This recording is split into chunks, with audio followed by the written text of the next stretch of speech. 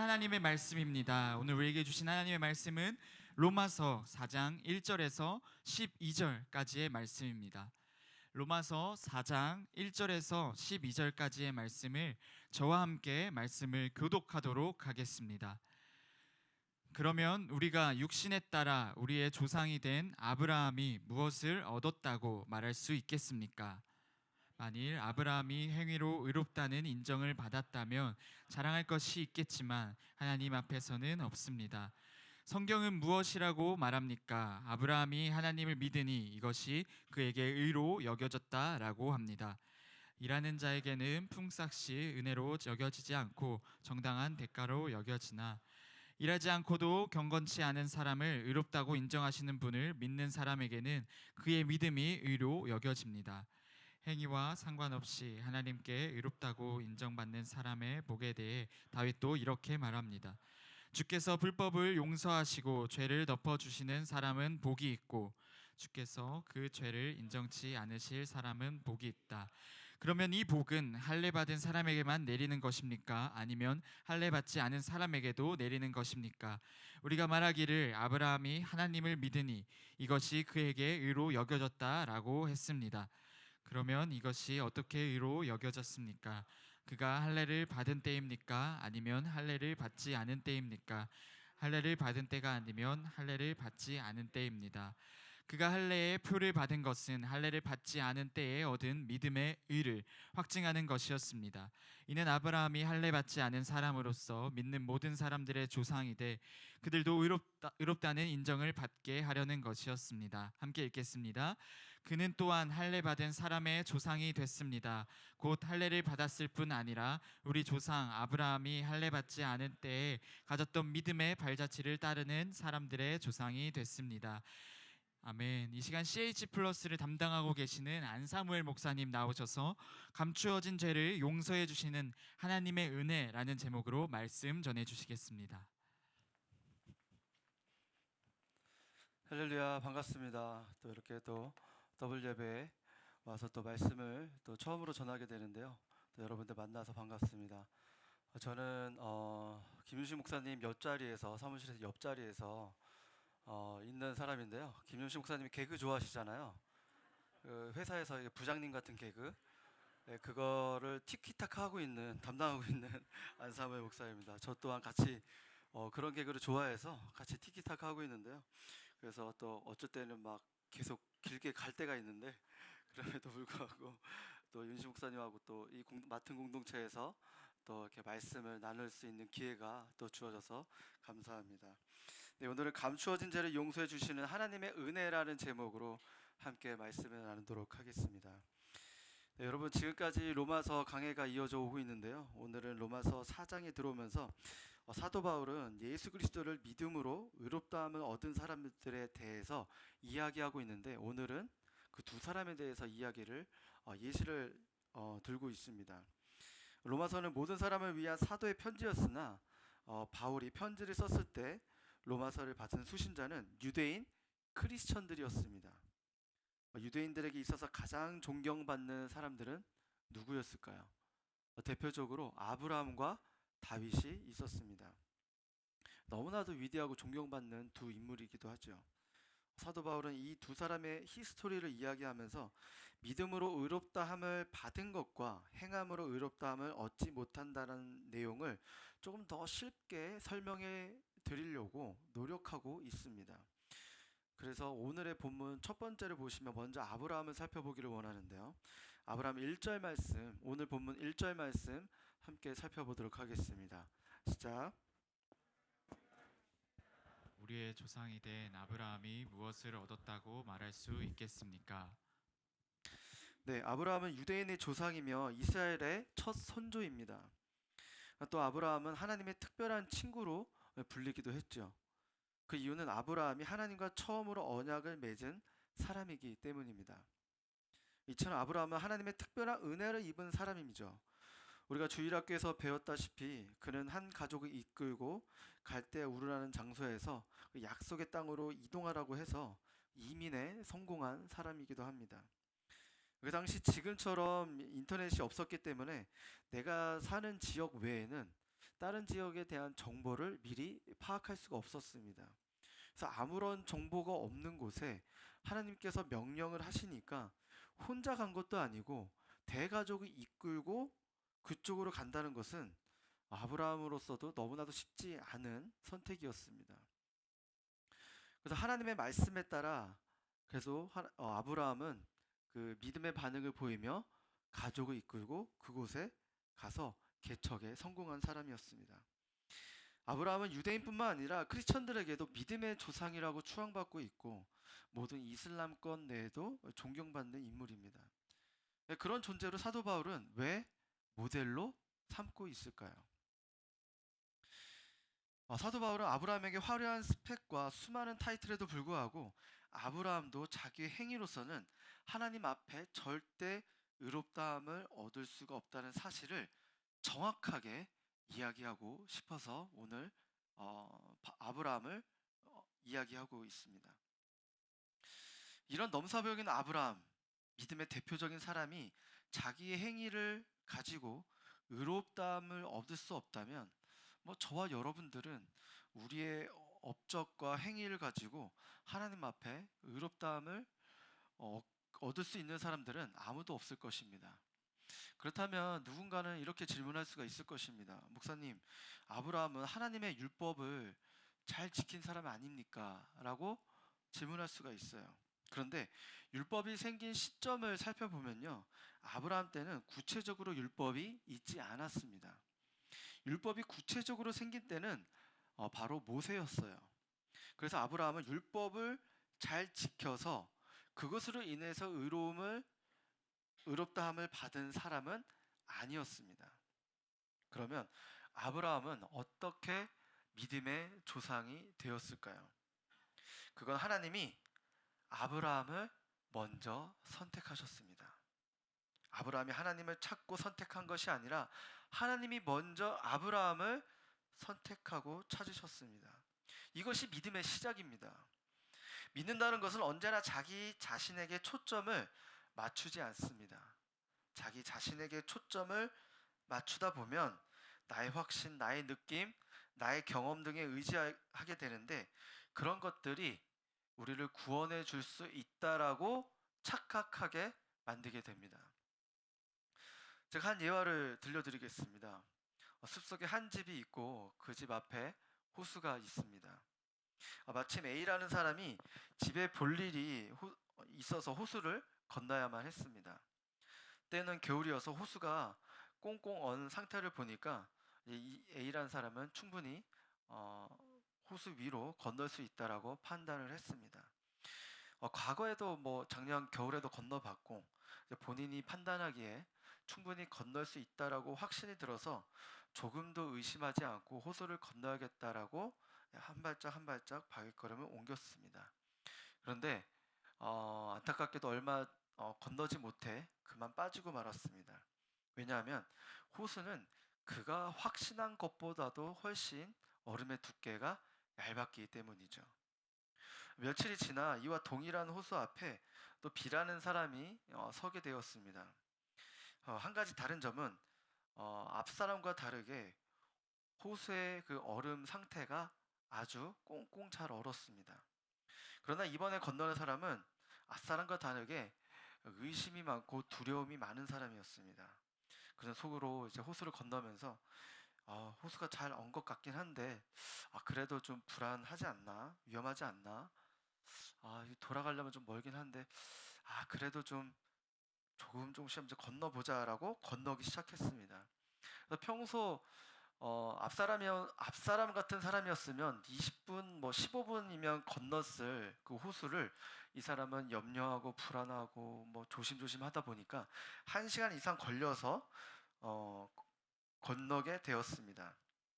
그러나 그는 그런 의심에도 불구하고 빠지지 않고 무사히 건널 수 있었는데요. 왜냐하면 아까 말씀드렸다시피 호수의 상태가 아주 견고했기 때문이죠. 여러분, 위 두 이야기는 매우 간단하지만 아주 중요한 것을 우리에게 알려주고 있습니다. 그것은 호수를 건너는 사람이 빠지고 안 빠지고 문제는 건너는 사람의 확신이나 열심, 노력과는 무관하다는 겁니다. A라는 사람은 호수가 잘 얼었다라고 믿고 100% 자기의 확신을 가졌지만 빠졌고, B라는 사람은 의심을 했지만 빠지지 않았습니다. 결국 중요한 것은 호수의 상태이지 자기의 생각과 노력, 확신, 자기가 충만한 그 믿음이 호수를 건너게 할 수 있는 것은 절대적으로 아닌 것입니다. 여러분, 우리가 신앙생활하는 것도 마찬가지입니다. 우리에게 있어서 구원은 나에게 초점을 맞추면 얻을 수 있는 것이 아니라 내가 믿는 대상에게 달려 있는 것입니다. 우리가 믿는 하나님은 완전한 대상이기 때문에 우리의 노력과 확신, 믿음, 상관 없습니다. 우리가 불안하고 염려하고 한다고 해도 우리를 구원해 주실 수 있는 부분은 바로 여호와 하나님이시기 때문입니다.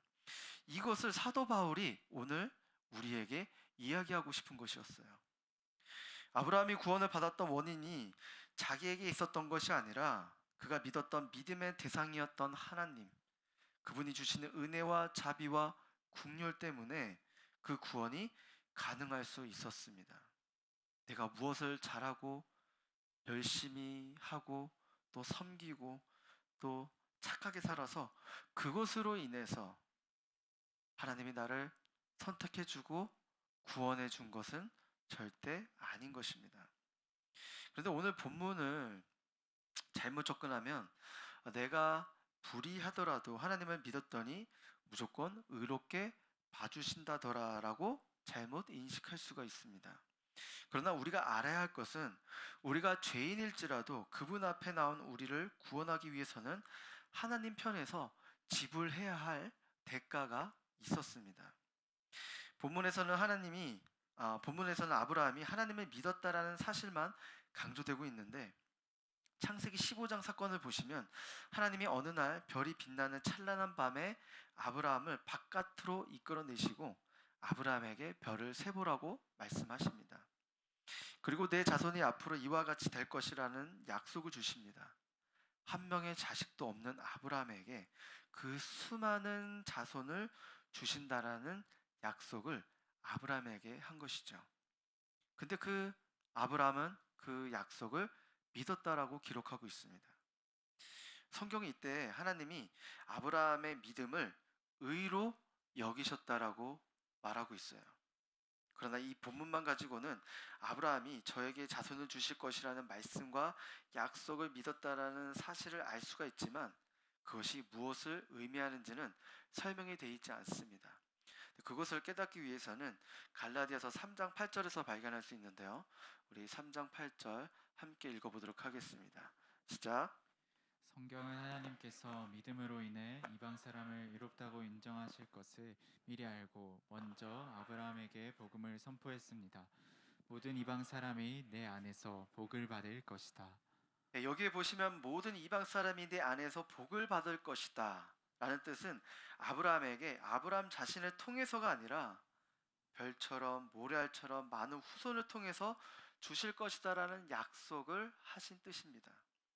그런데 그 많은 자손들이 어떻게 우리 인류에게 축복이 되는 것일까요? 갈라디아서 3장 16절 말씀을 함께 보도록 하겠습니다. 시작.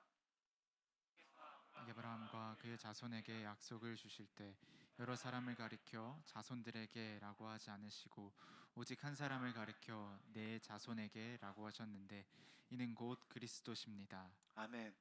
아브라함이 무조건 많은 자손을 얻는다는 것이 중요한 것이 아니라 그 많은 자손 가운데서 한 중요한 자손이 바로 누구다? 예수 그리스도시다라는 것을 분명히 이야기하고 있는 것입니다.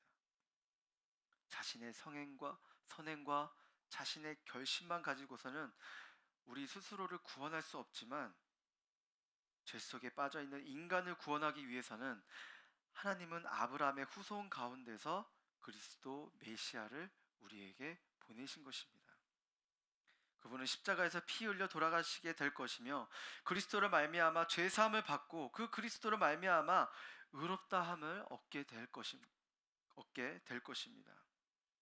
아브라함은 그 내용을 우리처럼 이해하지 못했다 할지라도 하나님이 내 후손을 통해서 인류를 구원하실 구원자라는 것을 아브라함은 그 당시 믿었던 것이죠.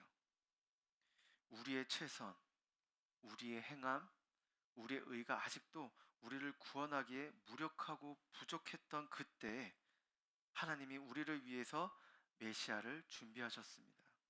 그분의 희생을 통해서 그를 믿는 자에게 의롭다함과 제사함이 가능할 것이라는 약속을 믿는 것입니다. 사랑하는 여러분, 아브라함의 믿음과 우리의 믿음은 되게 클래스가 있는 그런 차이가 나는 믿음이라고 생각하시나요? 본질에 있어서 저는 아브라함과 우리와의 믿음은 동일하다고 봅니다. 아브라함은 하나님이 그에게 장차 보내주실 메시아를 믿었고, 우리는 우리를 위해서 이미 보내주신 예수 그리스도를 믿었습니다. 그는 우리가 해결할 수 없는 우리의 죄 문제를 해결하기 위해서 하나님이 보내주신 구원자이신 예수 그리스도, 십자가의 희생을 통해서 죄의 대가를 지불하시고 우리를 의롭다 하실 그 예수 그리스도를 믿는 것입니다.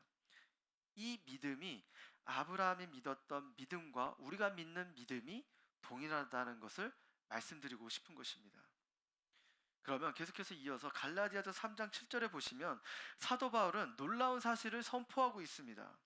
우리와 아브라함 사이에는 시간적인 차이가 있음에도 불구하고 바울은 감히 이렇게 이야기하고 있어요. 어떻게 이야기하고 있느냐? 함께 같이 보시겠습니다. 그러므로 여러분은 믿음에서 난 사람이 바로 아브라함의 자손임을 아십시오. 여러분, 아브라함과 우리가 무슨 상관이 있겠습니까? 그러나 사도 바울은 이방인의 한 교회를 향해서 편지를 쓰면서 믿음에서 난 사람들이 바로 아브라함의 자손이다라고 말하고 있습니다. 왜 그렇게 말하고 있을까요? 아브라함이 하나님을 믿었던 동일한 믿음이 우리에게도 동일하게 있기 때문입니다. 우리는 그 믿음으로 말미암아 아브라함이 믿었던 하나님, 아브라함이 붙들었던 예수 그리스도를 말미암아 우리도 똑같은 하나님을 섬기게 되었으므로 아브라함의 아들인 줄로 믿는다라고 그렇게 이야기하고 있는 것입니다. 사랑하는 여러분, 하나님은 오늘 우리에게 동일한 믿음을 요구하고 계십니다. 우리의 행위와 노력과 우리의 의가 아니라 그저 값없는 은혜, 전적인 하나님의 구원하심을 믿기를 바랍니다. 자격과 조건 없이 우리를 구원하신 하나님께 우리가 해야 될 것은 그저 감사함으로 하나님 앞에 나오는 것입니다. 불평과 불만과 여러 가지 또 하나님께 대한 오해로 인해 하나님을 미워하고 증오하는 것이 아니라 언제나 이런 마음을 가지고 나를 그저 값없이 구원해 주셨다는 그 마음, 감사한 마음을 가지고 계속해서 하나님 앞에 나와 머무는 저와 여러분이 되시길 주님의 이름으로 축원합니다. 자, 그렇다면 사도 바울은 아브라함에 이어 두 번째로 다윗에 대해서 이야기하고 있습니다. 그가 다윗을 통해서 무엇을 이야기하고 싶었던 것일까요? 여러분, 이스라엘에 있어서 다윗은 어떠한 존재일까요? 오늘날 이스라엘의 민족을 상징하는 대표적인 왕으로 섬겨집니다. 그리고 또한 국계에도 이 다윗의 별이 들어갈 정도로 너무나도 존경받고 있는 인물이기도 합니다. 그는 시인이자 목자였고 이스라엘 역사에서 다윗의 시대만큼 영적 부흥을 누렸던 시대가 없을 정도로 그는 이스라엘 민족에게 또한 우리에게도 대단한 믿음의 또 선배이자 선조이기도 합니다. 이렇게 다윗도 아브라함 못지않게 신앙의 경력과 영향력은 대단한 사람인 건 분명하지만 사도 바울이 분명히 말하고 싶은 것은 다윗도 그의 행위와 그의 업적 가지고는 하나님 앞에 설 수 없는 존재라는 것을 분명히 말하고 싶어 했습니다. 사도 바울은 그도 하나님 앞에서 불법한 죄인이었다라고 말하고 있는데요. 우리 오늘 본문 6절에서 8절 말씀 함께 보도록 하겠습니다. 6절에서 8절 말씀 시작. 행위와 상관없이 하나님께 의롭다고 인정받는 사람의 복에 대해 다윗도 이렇게 말합니다. 주께서 불법을 용서하시고 죄를 덮어주시는 사람은 복이 있고 주께서 그 죄를 인정치 않으실 사람은 복이 있다. 네, 6절에서 8절까지 본문 내용을 보시면 여기에 불법과 죄라는 두 단어가 나옵니다. 다윗도 하나님 앞에서는 불법한 사람이었고 죄인이었음을 그렇게 시인하고 있습니다. 여러분, 그렇게 존경받는 다윗은 이렇게 보면 뭔가 부강하고 또 사람에게 추앙을 받고 뭔가 행복할 것 같지만 그는 내면적으로 불행한 시기도 있었습니다. 왕이고 음악가이며 시인이었는데도 불구하고 여전히 내면적으로는 불행한 사람이라고 스스로 고백을 하고 있어요.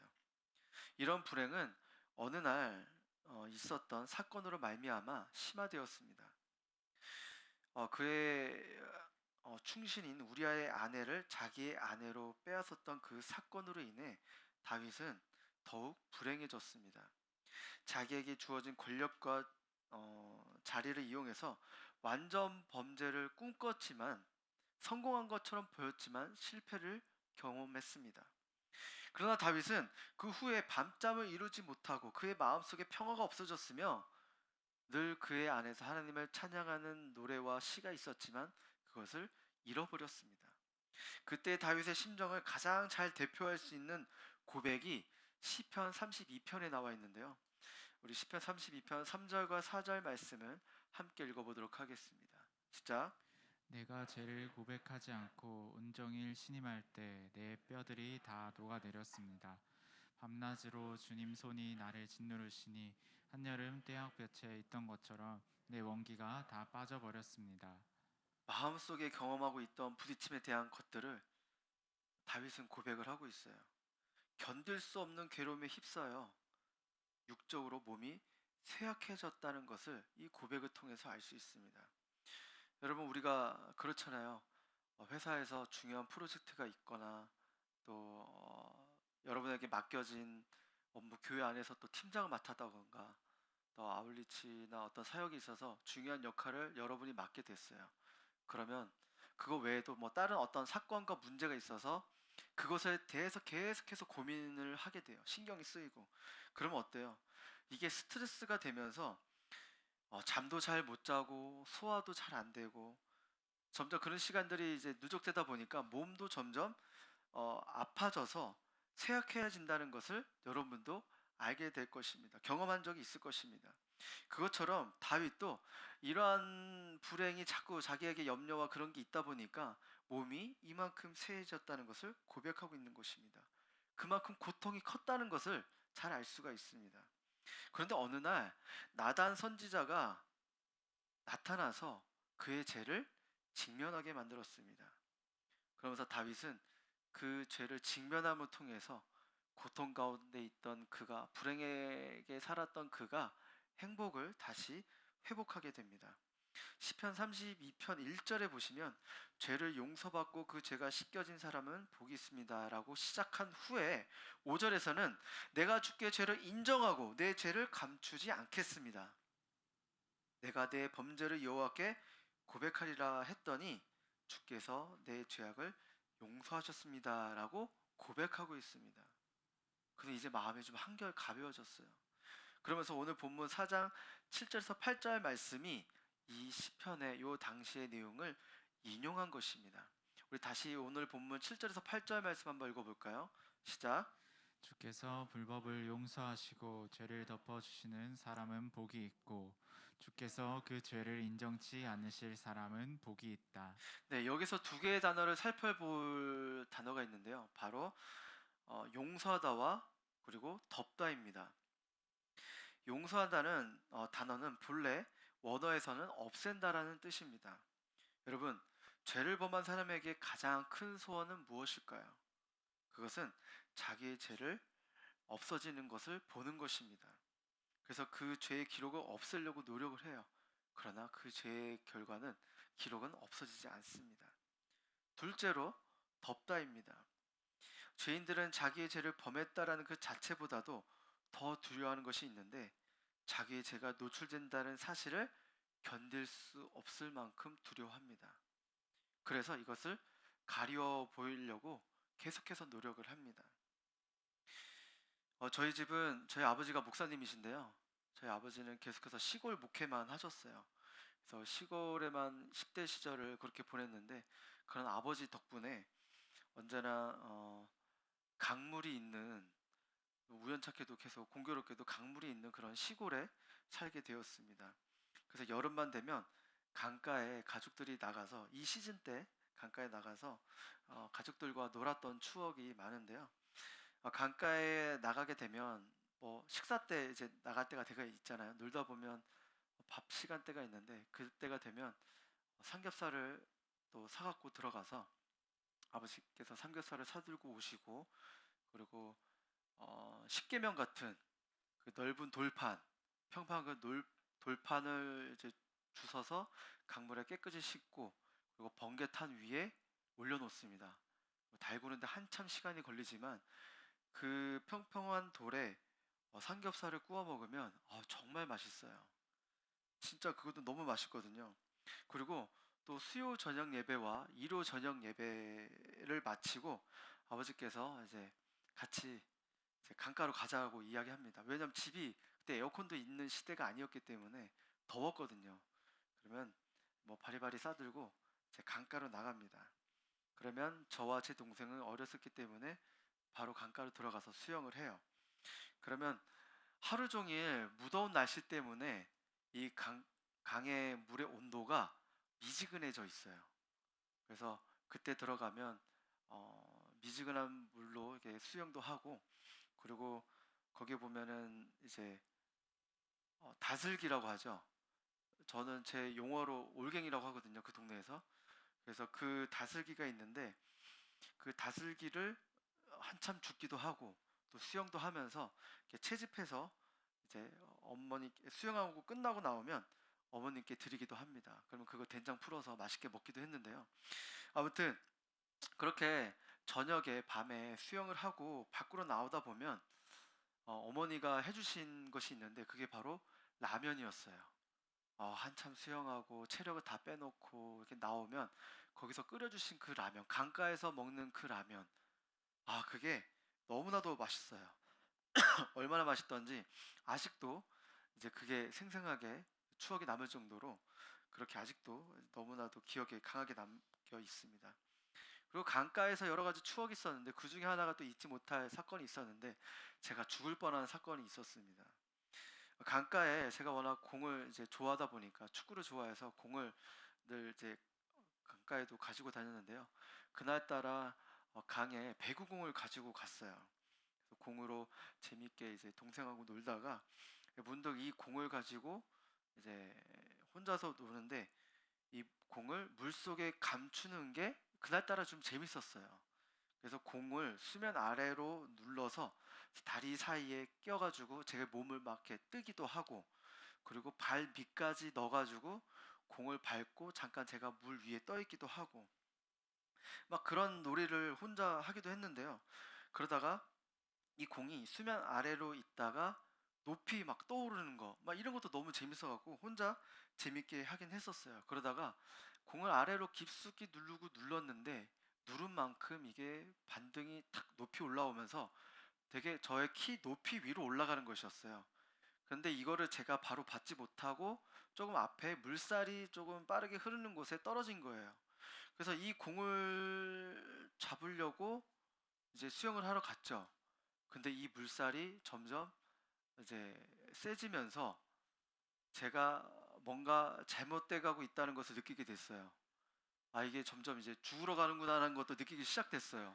공은 계속 잡히지 않는데 저는 뭔가 몸에 당황하기 시작했고, 그러다 보니까 부모님께도 살려달라는 이야기도 안 나오고 그냥 저는 막 힘이 빠진 상태로 계속 물살에 휩쓸려 가고 있었거든요.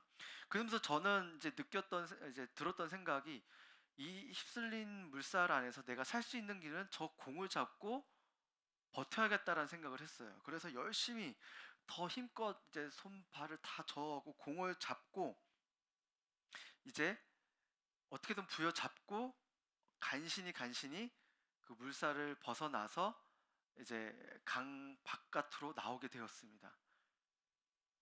그러니까 어떻겠어요? 온몸에 힘이 다 빠지고 이게 긴장된 상태였기 때문에 저는 그저 주저앉고 그냥 쓰러져 있었어요. 그렇게 한참을 그렇게 있었는데 그렇게 부모님께서도 뭐 나중에 알게 되었는데 그럴 정도로 저에게는 있어서 그 사건이 좀 아직까지도 지금 남아 있었거든요. 근데 오늘 제가 설교를 준비하면서 그냥 이 사건이 떠오르게 된 거였어요. 근데 왜 이 생각을 주셨을까라고 생각을 해보니까 우리의 죄를 감추는 것과 이 공의 비유가 되게 잘 맞다라는 생각이 들었어요. 여러분, 처음에 우리가 죄를 질 때는 한두 번 짓는 건 뭔가 어렵습니다. 그러나 이 죄를 한두 번 이상으로 짓다 보면 마음의 떨림과 두려움도 없고, 그러다가 죄를 즐기게 됩니다. 그리고 이 죄를 가지고 놀게 돼요. 그리고 제가 막대 사탕처럼 워낙 달콤하다 보니까 죄를 끊지도 않아요. 그러면서 이 죄를 어떻게든 감추기 위해 노력을 해요. 그래서 수면 아래로 깊숙이 밀어 넣습니다. 남들이 보지 않는 데서 또 한 번 하고, 또 하나님과 나만 알고 있지만 또 사람들이 보지 않으니까 어때, 뭐 남들이 보지 않는데 누가 알아? 이러면서 또 죄를 짓고, 그래서 계속해서 감춰 놓습니다. 그러다가 누군가 뭐 그것 때문에 혹시 뭐 그때 그 자리에 있지 않았냐 하면 어떻게 해요? 여러 가지 변명과 생각과 막 온 에너지를 써서 계속 그 죄를 감추려고 수면 아래로 눌러 놓습니다. 그렇게 누르면 누를수록 힘이 들고, 감추면 감출수록 이 죄는 더욱더 높이 솟아오르게 되는 것입니다.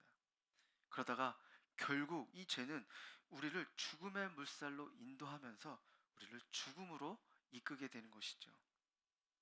그런데 여러분, 하나님께서 우리의 죄를 완전히 없애 주실 수가 있다면, 그리고 만약 여러분과 저의 죄가 완벽하게 가리워질 수 있는 방법이 있다면 이것은 복음일 것입니다.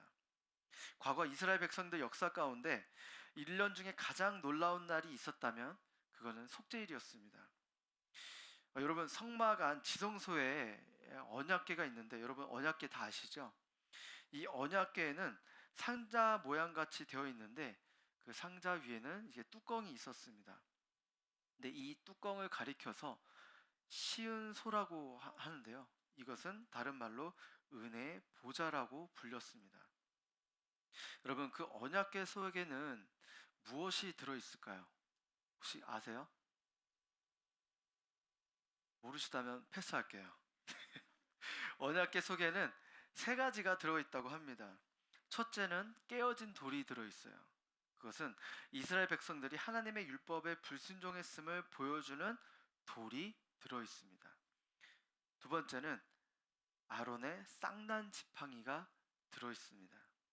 하나님의 권위 앞에 거역하고 도전했던 이스라엘 백성들의 불순종을 나타내는 그 아론의 쌍난 지팡이가 들어있습니다. 그리고 마지막에는 만나가 들어있다고 합니다. 이 만나는 하나님의 축복이었어요. 그렇게 광야 생활에서 먹을 것이 없고 힘들어하던 시절에 하나님은 만나를 내려주셔서 축복을 내려주셨죠. 그런데 그 만나를 받은 이스라엘 백성들은 하나님의 축복을 도리어 원망의 대상으로 바꾸고 있었던 죄를 범했습니다.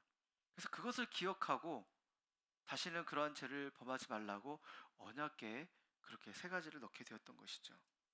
그런데 이렇게 대표적으로 세 가지의 죄를 담고 있는 언약궤의 뚜껑은 닫혀져 있습니다. 이 닫혀져 있는 뚜껑 위에다가 대제사장은 양을 잡아다가 각을 뜨고 또 피가 나오잖아요. 그 피를 뚜껑 위에 뿌립니다. 그러면 이것을 제사로 들어 올려질 때 하나님이 보실 때는 어떻게 보여지느냐? 하나님은 이 피만 보고 계십니다. 그것은 무슨 뜻이냐? 피로 이 모든 죄들이 감춰졌다는 뜻이죠. 이것은 하나님이 덮어주신 피로 간주하게 되는데 죄를 정죄하지 않고 용서함을 받았다는 뜻을 나타내고 있는 것입니다. 사랑하는 여러분, 이 언약궤를 우리의 마음과 한번 비교해 보시길 바랍니다. 오늘 저와 여러분의 마음의 뚜껑을 한번 열어보세요. 하나님이 여러분과 저의 마음속에서 무엇을 보고 계실까요? 이스라엘 백성들과 똑같이 그의 율법을 깨트린 죄, 그의 축복을 원망으로 바꾸고 있던 죄, 그의 권위를 경시하고 도전했던 우리들의 죄를 보게 될 것입니다. 그러나 우리가 예수 그리스도를 의지했을 때 우리를 위해 죽으신 십자가의 보혈로 피뿌림을 얻은 백성들에게 하나님은 이제 어떤 것만 보이실까요? 예수 그리스도의 피만 보이는 것입니다. 우리가 그렇게 수면 아래로 감추려고 했던 죄, 사람들을 미워하고 증오하고 거짓과 탐욕과 음란, 시기와 질투 등 그것을 감추려고만 했던 그 노력들의 죄들이 이제는 예수 그리스도로 인해, 그 피로 인해 감추어지고 하나님의 은혜에 의해서 우리는 죄사함을 받은 것입니다. 사랑하는 여러분, 이것이 은혜입니다. 우리의 죄가 완전히 가려진 하나님의 은혜인 것이죠. 우리의 죄가 이제는 완전히 해결된 것입니다. 우리는 그저 감사할 것밖에 없습니다. 하나님의 불평과 불만, 원망을 할 것도 없이 감사함만 남아야 하는 것이 우리의 신앙의 태도와 자세인 것입니다. 사랑하는 W 공동체 여러분, 구원에 있어서 우리는 분명히 깨닫고 신앙생활을 할 필요가 있습니다.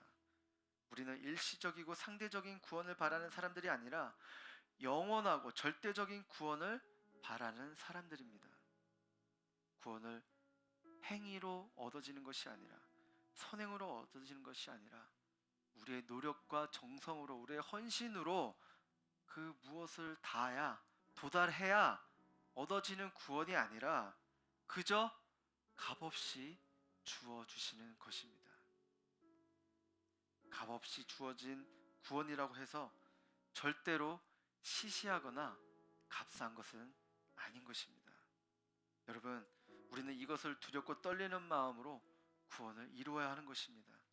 예수 그리스도의 보혈 플러스 알파로 무엇을 자꾸 하려는 것이 아니라 감사함으로 하나님께 머물며 우리의 믿음이 계속해서 성장하며 나아가는 저와 여러분이 되시길 주님의 이름으로 축원합니다.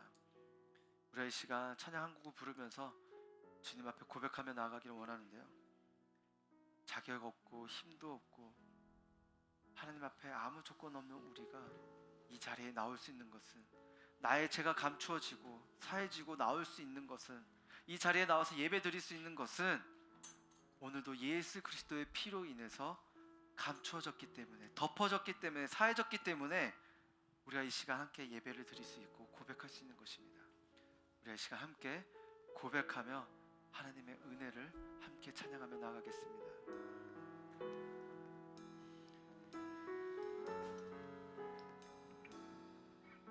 주의 보좌로 나아갈 때, 주의 보좌로 나아갈 때에 어떻게 나가야 할까? 나를 구원한 주의 십자가, 그것을 믿으며 가네. 다시 고백하겠습니다. 주의 보좌로 나아갈 때에, 주의 보좌로 나아갈 때에 나 여전히 부족하나. 나를 품으신 주의 사랑, 나를 품으신 주의 그 사랑, 그것을 믿으며 가네. 자격 없는 내 힘이 아닌, 자격 없는 내 힘이 아닌 오직 예수님의 보혈로, 자격 없는 내 힘이 아닌, 자격 없는 내 힘이 아닌 오직 예수님의 보혈로.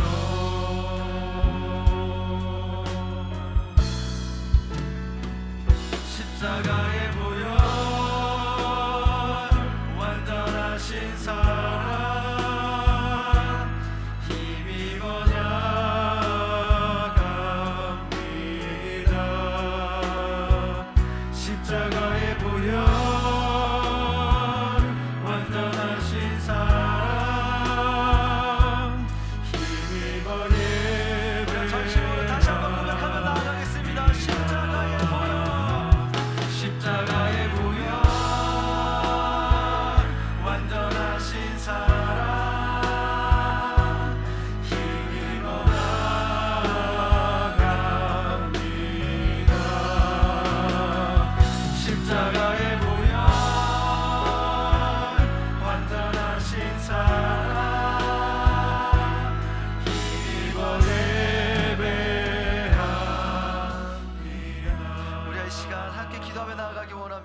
완전하신 주님, 우리가 이 시간 이 예배 자리에 나왔습니다.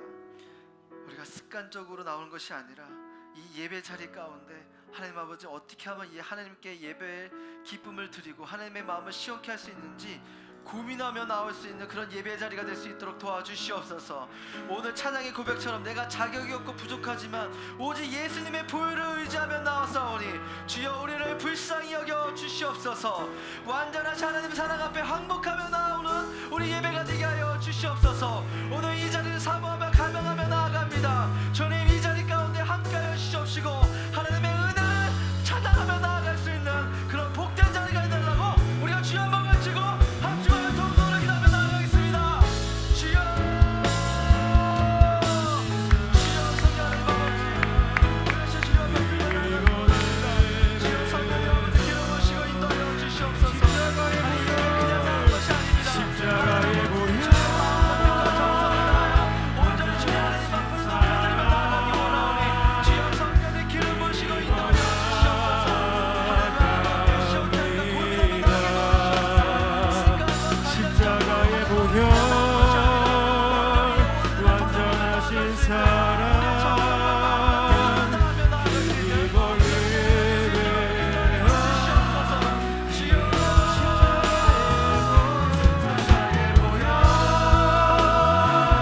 완전하신 사랑 힘입어 나아갑니다.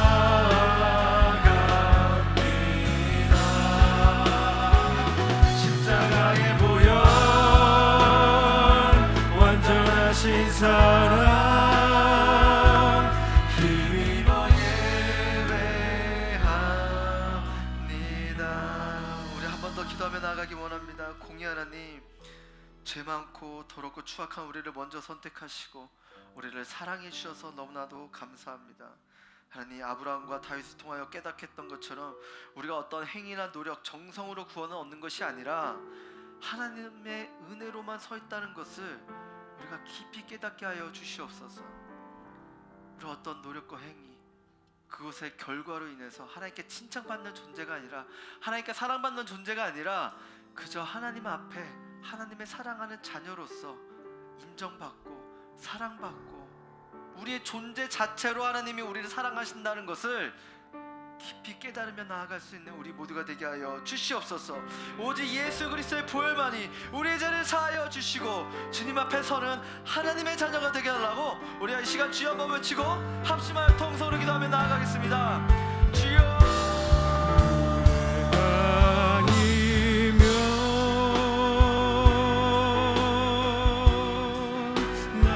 주여 하나님 아버지, 우리 역시 하나님 안에 은혜 앞에 서 있으면 존재하며 나아갑니다.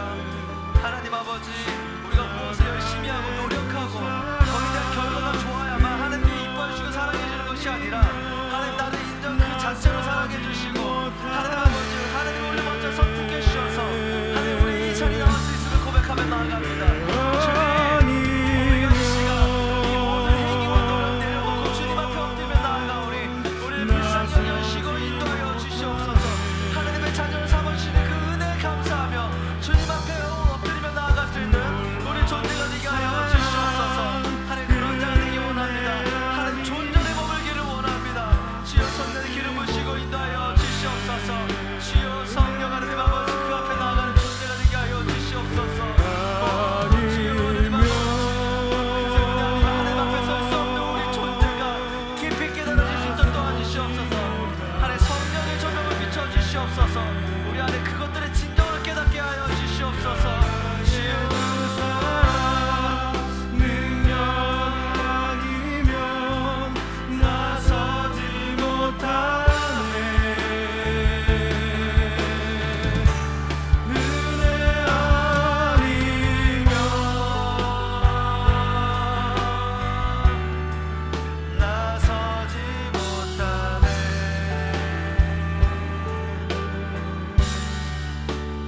놀라운 사랑 그 은혜 아니면 나서지 못하네. 사랑의 하나님, 우리도 이 자리에 나왔습니다. 자격 없고 부족하며 보잘것없는 우리를 먼저 사랑해 주시고 아무 조건 없이 우리를 그저 사랑해 주심을 너무나도 감사합니다. 그 구원의 은혜와 감격을 우리 삶 가운데 깊이 새기게 하여 주시옵시고 예수님의 보혈로 우리의 죄가 사해졌다는 사실을 굳게 믿고 그저 은혜로 하나님 앞에 나와 주님의 존전에 머물며 하나님의 그 사랑의 음성을 듣으며 나아갈 수 있는 우리 존재가 되게 하여 주시옵소서. 그런 삶을 주님 앞에 의탁드리며 이 모든 말씀 살아계신 예수님의 이름으로 기도드립니다. 아멘.